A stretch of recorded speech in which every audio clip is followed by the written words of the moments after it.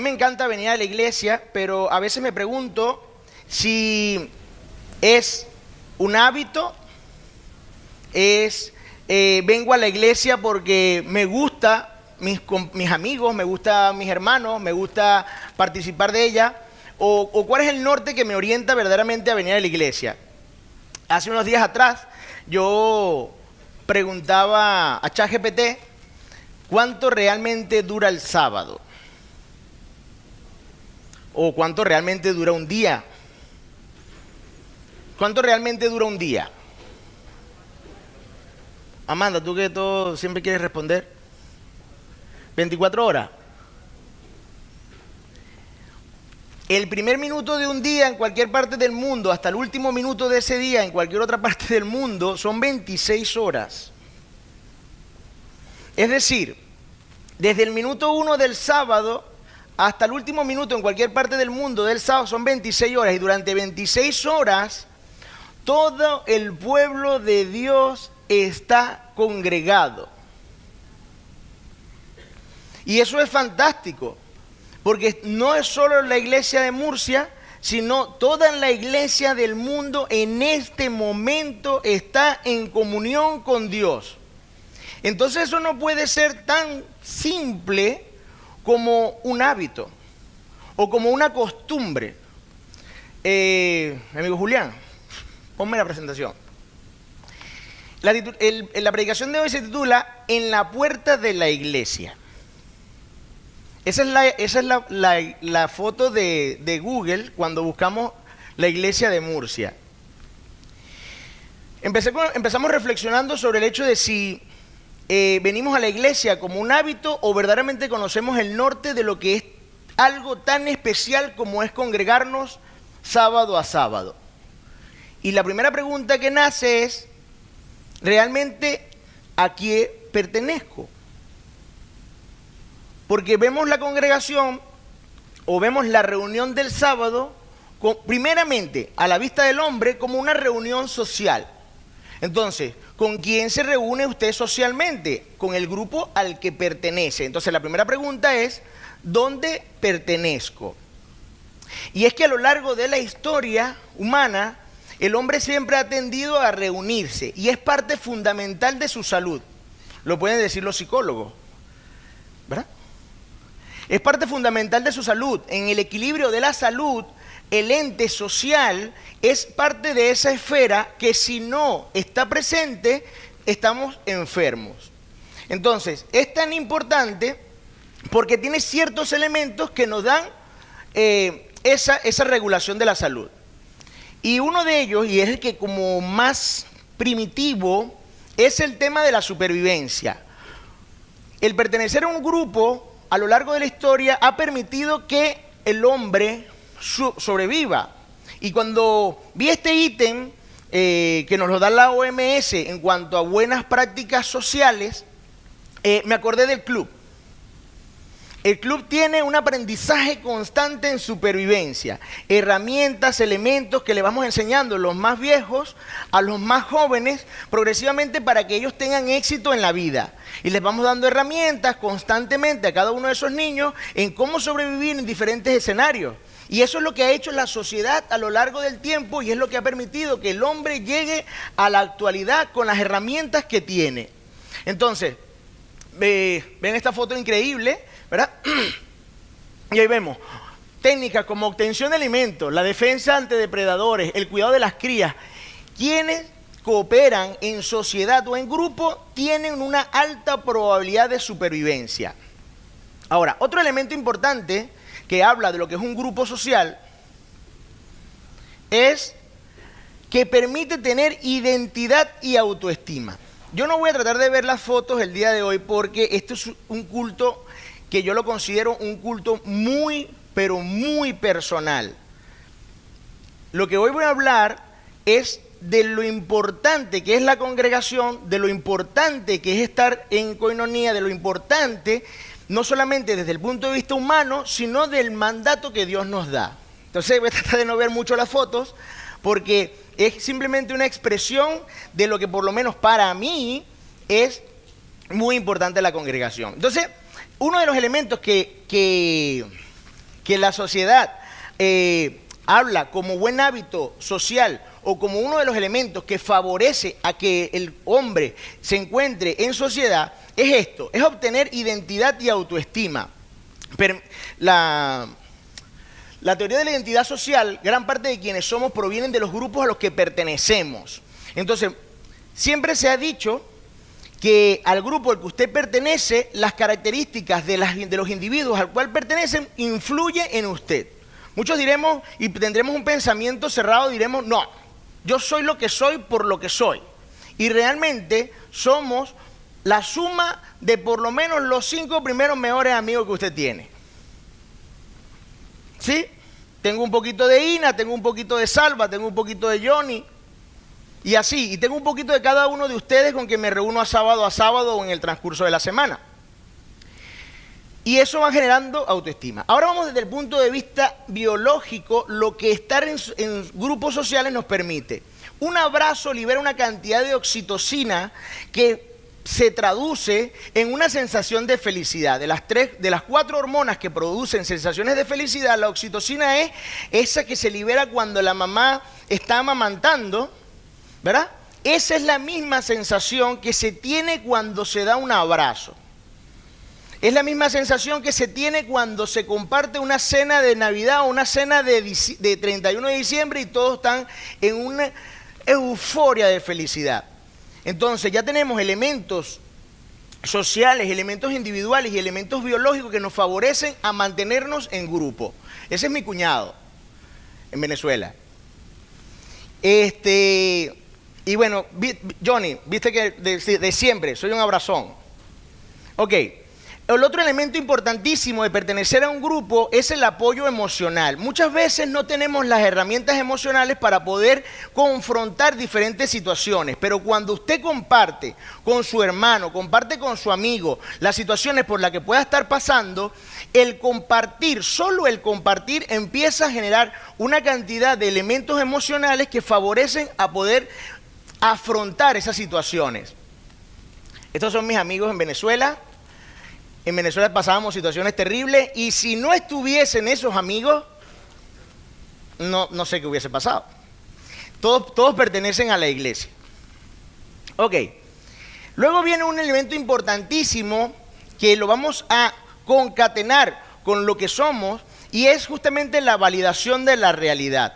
Muchas creencias se afirman o se confirman cuando pertenecemos a un grupo social que tiene nuestro mismo pensamiento. Una clave es justamente lo que estamos haciendo el día de hoy. Estamos reafirmando un conocimiento que tenemos en la fe que tenemos. Entonces, la validación de la realidad también lo podemos ver identificado en un grupo social. Ahora, la pregunta es, ¿vengo a la iglesia porque estoy en un grupo social? ¿O hay algo más allá? Vengo a la iglesia por todos estos elementos positivos que me brinda el estar en hermandad, en coinonía, en fraternidad. ¿O hay algo más allá? Cuando viene esta pregunta, podemos relacionarlo con lo que muchas personas dicen cuando hablamos de la iglesia. Y es decirse, yo creo en Dios y no hace falta que vaya a la iglesia. Yo puedo creer en Dios a mi manera. Yo creo en Dios, pero no creo en la iglesia. ¿Que esas afirmaciones tendrán algo de verdad? ¿Serán totalmente mentira? No es el punto a tocar el día de hoy. Lo que quiero es entender si existe una bifurcación con respecto a esos dos elementos. Hablar de creer en Dios y la presencia o no de este grupo social. Entonces, la pregunta es, yo sé que pertenezco a Dios, creo en Él, pero ¿es esa relación con la iglesia fundamental? Entonces, vamos a la palabra de Dios. Y tenemos lo que llamamos el mandato divino en Hebreos, que dice, en el versículo 25 del capítulo 10, dice, no dejando de congregarnos, como algunos tienen por costumbre. Y esto es importantísimo. Ve que ya en este versículo habla del hábito. Entonces, todo lo que dijimos al inicio, check. Es válido el venir a la iglesia con ese hábito. Pero después dice, sino exhortándonos. Hay un elemento más allá del hábito de venir a la iglesia y es esa interacción para algo, para algo. Y tanto más cuanto veis que aquel día se acerca. Es decir, hay la venida a la iglesia por hábito, por costumbre, porque nos gusta, porque tenemos todos estos elementos sociales que nos favorecen al estar así en fraternidad, asociado al hecho que hay en este mandato que es a unirse y amarse, a motivarse, a ser parte activa en la vida de tu hermano, porque hay una situación de alerta. O sea, este llamado no es solamente para que usted venga sábado a sábado, sino que hay una situación de alerta, que es cuando veis que aquel día se acerca. Ojo, Jesús viene pronto.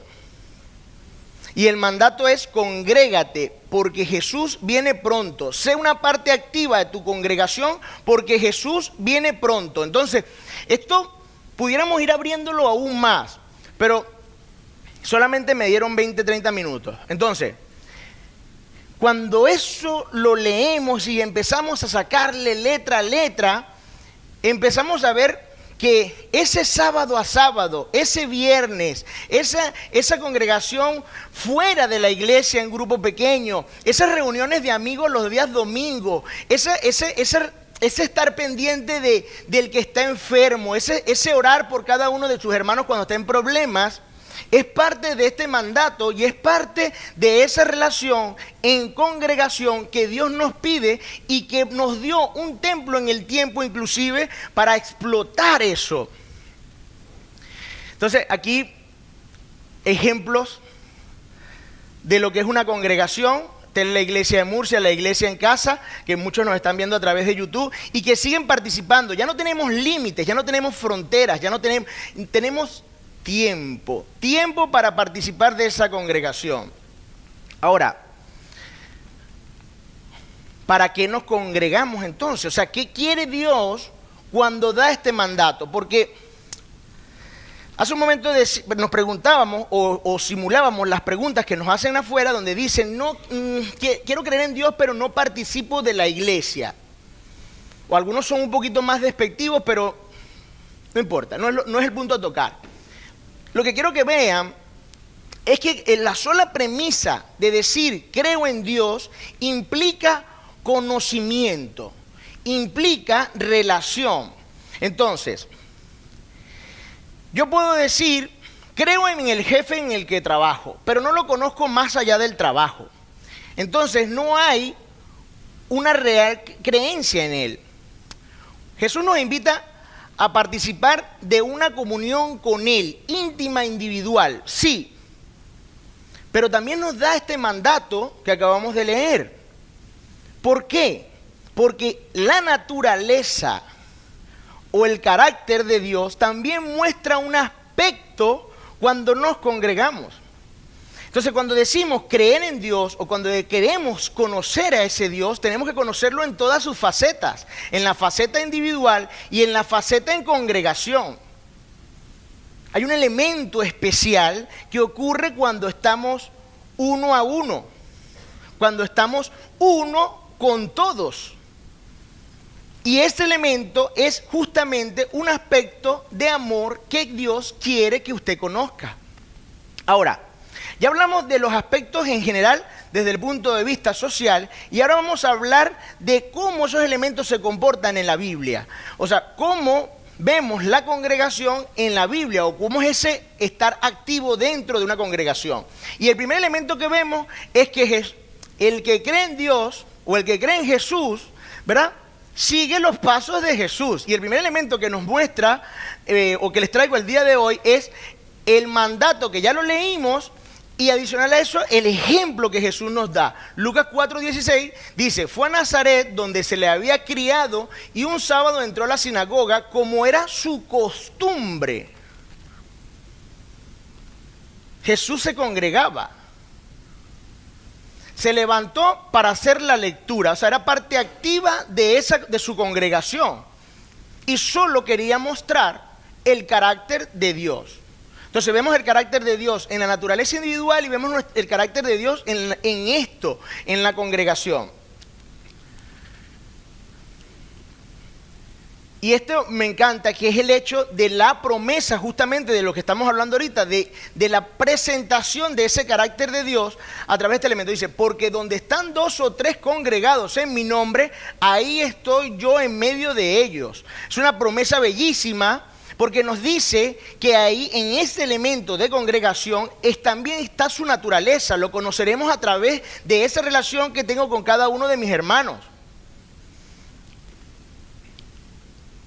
Comunión y apoyo. Romanos 12, 4 a 5 nos da una visión muy compleja, no solamente de lo que significa la integridad de cada uno de los compañeros o de los hermanos dentro de la iglesia para funcionar como un elemento complejo súper integral, sino que también nos habla de jerarquía, nos habla de la importancia de lo que son el orden dentro de la iglesia. Y dice, pues así como cada uno de nosotros tiene solo cuerpo con muchos miembros, no todos estos miembros desempeñan la misma función. Pero imagínese usted que usted se corte un brazo, el brazo derecho.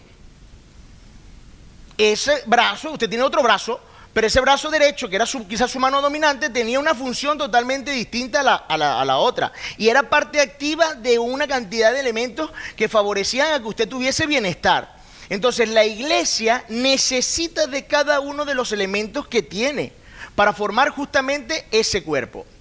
Dice, también nosotros siendo muchos formamos un solo cuerpo. Y ahora, ¿a qué se hace la analogía?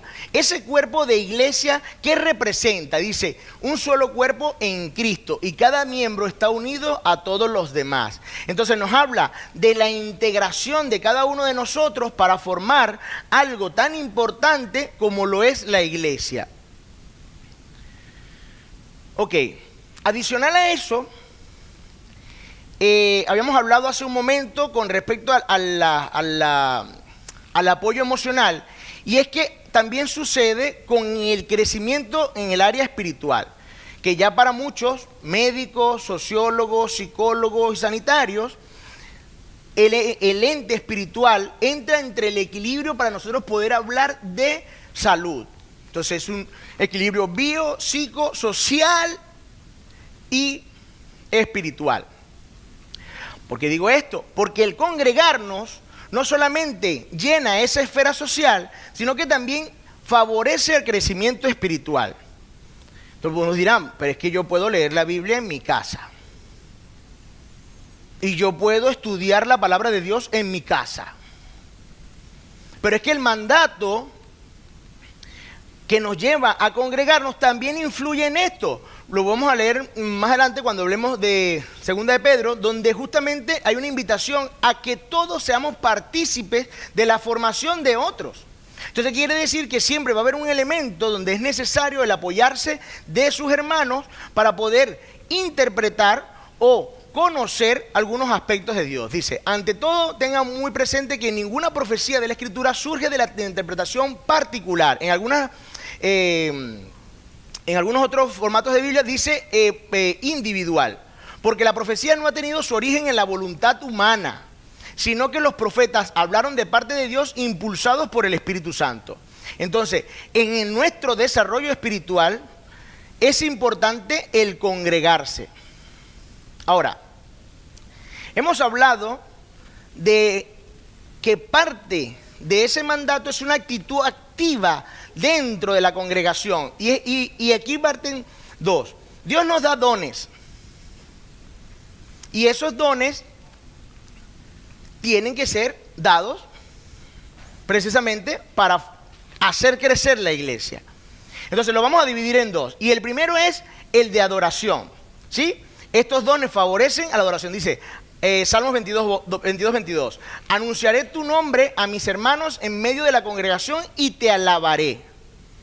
Están los que cantan, están los que queremos cantar, están los que predican, están los que oran, están los que salen a la calle, están los que participan con niños, están los que animan, están los que reciben en la puerta, están los que están en megafonía. Y cada uno de nosotros tiene un don. Y por eso es que somos integrales en la congregación. Y por eso es el llamado a que una iglesia fuerte, a que una hermandad fuerte necesite de los dones de cada uno de nosotros. Y el otro elemento es los dones para obra misionera. Hay un impulso mayor, que es que esto no es solo para ti, ni para que viene sábado a sábado. Esto tiene un resultado final. Cuando nosotros perseguimos a Jesús, cuando nosotros queremos ser el ejemplo, o sea, queremos estar bajo el ejemplo de Jesús, nuestra naturaleza al final va a ser hacer buenas obras. Entonces la congregación no solamente resulta en reunirnos, sino que hay una estimulación y un motivo para hacer buenas obras. Romanos 12, 7 al 8 nos dice: si tu don es servir a otros, sírveles bien.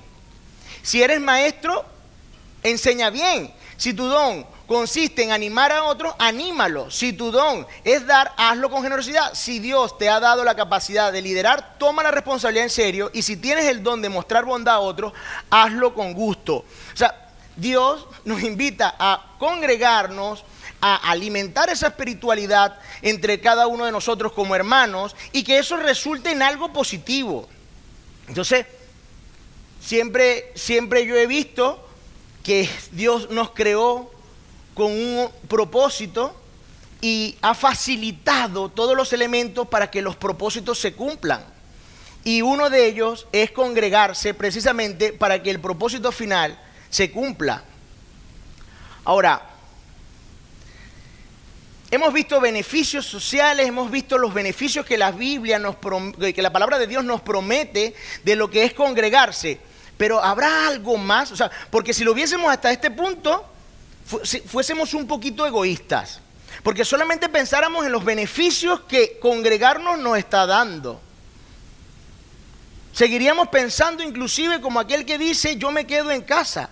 Porque estaríamos viéndolo desde el prisma de cuál es nuestra relación con Dios y en qué me beneficia esto. Pero creo que debe haber algo más allí. Este hombre, John Newton, en el año 1772 escribió este himno. Y es muy particular, porque él era un esclavista, era un pirata, ¿verdad? Y cuando llegó a tener una relación con Dios, cambió al punto que se volvió uno de los importantes en el movimiento para la abolición de la esclavitud. O sea que Dios transforma a las personas. Dios hace una conversión importantísima en cada una de las personas. Entonces, ya vimos los beneficios, pero sé que hay algo más, porque Dios nos promete salvación y nos promete un cambio en cada uno de nosotros. Ese himno es una belleza. Johnny dice que todavía no sé cantar, que está preparándome. Entonces por ahora voy a usar a Saraí, ¿verdad?, para disfrutar de esto y ponernos en un momento en los pies de John Newton y reflexionar sobre si eso está pasando en nuestras vidas.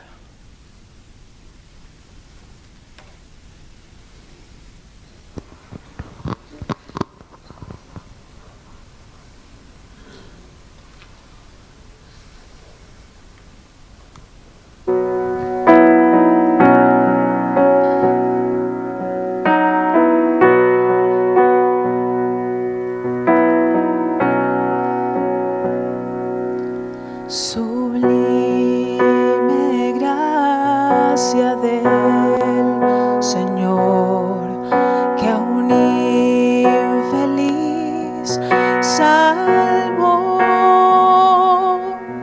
Fui ciego, mas hoy veo yo, perdido, y Él me halló.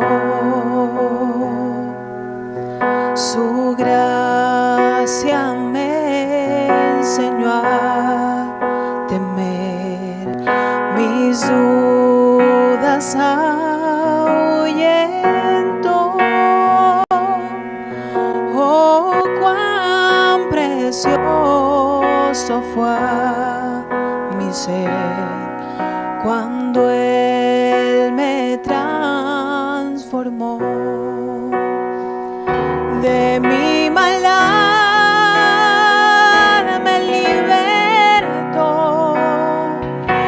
mi Salvador me rescató, y como el mar fluye su amor, sublime gracia y amor.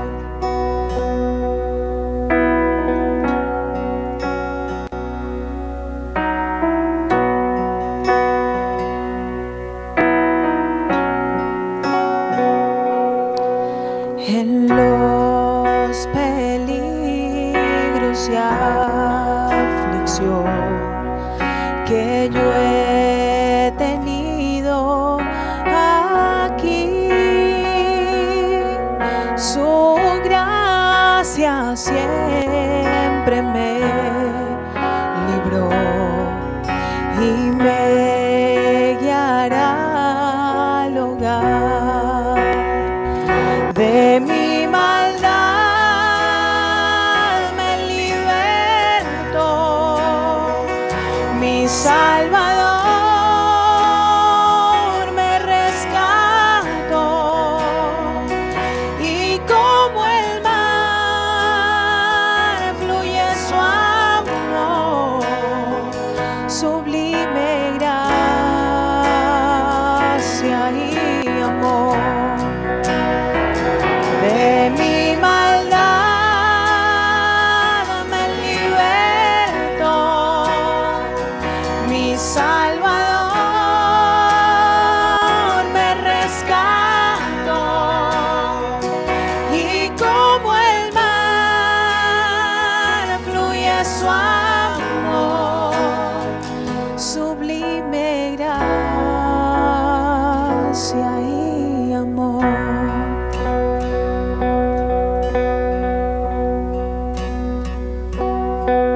Y cuando en Sión por siglos mil brillando esté cual sol, yo cantaré por siempre allí su amor que me salvó. Su amor que me salvó, su amor que me salvó. Amén. La predicación arrancó con un título que dice La puerta de la iglesia, pero no hemos hablado de la puerta de la iglesia, hemos hablado de la congregación. ¿Y por qué la puerta de la iglesia?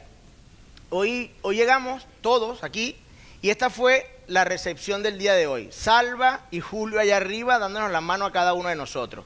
Y muchos cuando llegan a la puerta y le dan la mano al primero que está allí, ya se siente que está en el lugar correcto. Ahora los voy a llevar a un punto más grande que solamente ver a Salva y a Julio. Y es que en la puerta de la iglesia está un elemento mucho más importante. Yo le voy a leer un pasaje de la Biblia que está en Juan 10, capítulo 10. Los que tengan su Biblia pueden sacarla, es un pasaje bastante largo.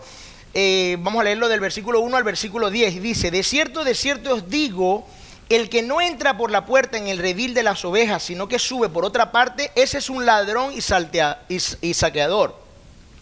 Pero el que entra por la puerta, el pastor de las ovejas es.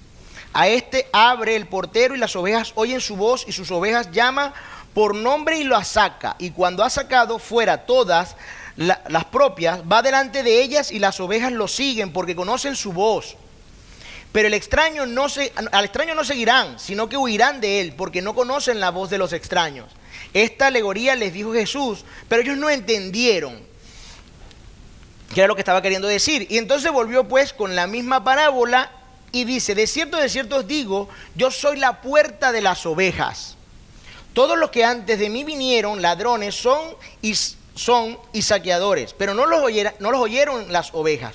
Yo soy la puerta. El que por mí entre será salvo, entrará y saldrá y hallará pastos. El ladrón no viene sino para hurtar, matar y destruir. Yo he venido para que tengan vida y para que la tengan en abundancia. Ese testimonio de este hombre que compuso este himno, se siente él vivo y nos sentiremos cada uno de nosotros vivos, porque la promesa es vida eterna y es salvación. Por eso es que cuando hablamos de que hay algo más en el tema de congregación, y es que Dios nos muestra que sí hay algo más, y es esa salvación que solo ocurre a través de Él. Pongo el ejemplo del redil, porque si ustedes se dan cuenta de esa configuración, nosotros estamos adentro como ovejas, pero esa distribución de ovejas también tiene una particularidad. Dentro de ella se están protegiendo y tienen algo en común, que es que conocen la voz del pastor. La particularidad de que el hombre se quedaba en la puerta durmiendo allí les brindaba a ella una sensación de protección. Entonces, cuando vemos que Jesús está en la puerta y es la puerta, los que estamos adentro nos sentimos seguros. Adicional a eso, cada una de esas ovejas tenía una acción, y era proteger a los más jóvenes, inclusive dentro de ellas. O sea, estamos hablando de que había dentro de ese redil una función de cada una de esas ovejas. No solamente conocían al pastor, sino que también participaban de cuidar de otras, porque para la única forma de que fuesen dañadas era porque un ladrón tenía que pasar por encima del muro. No podía pasar por la puerta, obviamente, porque estaba el pastor allí. Tenía que pasar por encima del muro, pero si el ladrón pasa dentro del redil, no puede salir con la oveja. No podía salir con la oveja, él tenía que llamar a las ovejas, y las más ingenuas, las que no conocían al pastor, las que no habían sido, escuchaban a las ovejas más viejas, se acercaban al muro y era como el ladrón se las lleva. Entonces, este pasaje bíblico nos habla de congregación, nos habla de la importancia de entender que el que está en la puerta es Jesús, y que la promesa para el que se mantiene dentro del redil y que solo obedece la palabra de Dios, que solo lo obedece a Él, es salvación. A mí me encanta el versículo, porque dice, es el 9, dice: yo soy la puerta, el que por mí entrare será salvo, y entrará y saldrá. Usted hoy sale de aquí a su casa, pero confiado en que usted sale con Jesús. Usted está aquí adentro y está con una sensación de protección, porque sabe que el que está en la puerta es Jesús. Al inicio hablamos de las 26 horas que ChatGPT nos dice, y nos impresiona el hecho que durante 26 horas todos estemos congregados. Pero Elena G. de White nos dice que en todo el mundo no es solamente la congregación la que está reunida, es un nexo que existe con el cielo. Es un nexo importante que existe con el cielo. Los ángeles y toda la creación de Dios está reunida. Y esa promesa de salvación y la importancia de que sea un evento tan grande solamente implica que es para la eternidad. El hablar de vida eterna y al hablar de congregación para vida eterna solo nos dice que esto va a ocurrir siempre. Y eso aún da mucha más esperanza, porque también hemos perdido gente con la que nos congregamos. Y esto nos da la esperanza de que los volveremos a tener. Y que como Jesús está en esa puerta, estará recibiéndonos y nos seguirá llamando precisamente para estar en esa vida eterna, congregados por la eternidad con cada uno de nuestros hermanos. Así que yo quiero que todos hoy nos vayamos pensando que hoy es un buen día para venir a la iglesia y salir con ese gozo de que estamos haciendo no un hábito, sino que estamos viniendo a relacionarnos con Dios. Cuando hablábamos del mandato en Hebreos 10:25, el versículo anterior es más precioso aún y dice: preocupémonos los unos por los otros a fin de estimularnos al amor y a las buenas obras. Ese es el complemento del mandato de la congregación. Así que es hoy, mañana y todos los días un buen día para venir a la iglesia. Amén.